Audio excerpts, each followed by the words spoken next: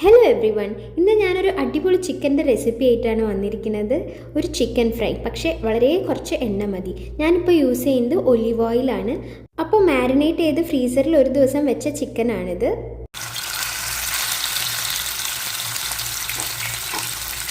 അങ്ങനെ എല്ലാ പീസും നിരത്തിയിട്ട് കൊടുക്കുക.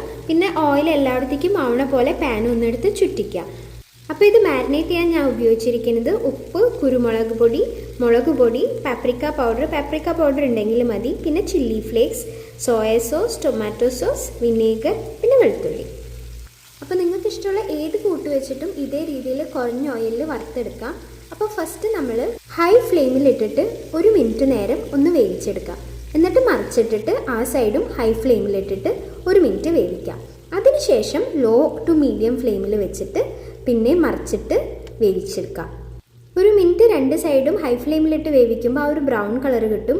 അതിനുശേഷം ലോ ഫ്ലെയിമിൽ തിരിച്ചും മറിച്ചിട്ട് വേവിക്കുമ്പോൾ നന്നായിട്ട് കുക്കായി വരും. ഏറ്റവും അവസാനം ഒരു 5 മിനിറ്റ് നേരം ഒന്ന് കവർ ചെയ്തിട്ട് വേവിക്കാം.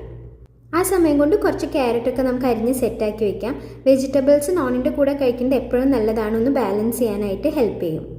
വളരെ കുറച്ച് എണ്ണ നമ്മൾ യൂസ് ചെയ്തിട്ടുള്ളൂ, അതിൽ തന്നെ കുറച്ച് ബാക്കിയുണ്ട്. അങ്ങനെ നമ്മൾ നല്ല ജ്യൂസി ആയിട്ടുള്ള ചിക്കൻ, ഇത് ക്രിസ്പി അല്ല ജ്യൂസിയാണ്, അങ്ങനത്തെ ചിക്കൻ റെഡി ആയിട്ടുണ്ട്. ഇനി അത് നല്ല ഭംഗിയിൽ സെർവ് ചെയ്യാം. ഞാൻ ഉണ്ടാക്കണതിൽ ജിഷ്ണുവിൻ്റെ മോസ്റ്റ് ഫേവറേറ്റ് ചിക്കൻ റെസിപ്പിയാണിത്. ചോദിച്ചു നോക്കാം. ശരിക്കും അടിപൊളി. ഉപ്പ് നാരങ്ങ പിഴിഞ്ഞൊഴിക്കാനാ? Okay, let me join.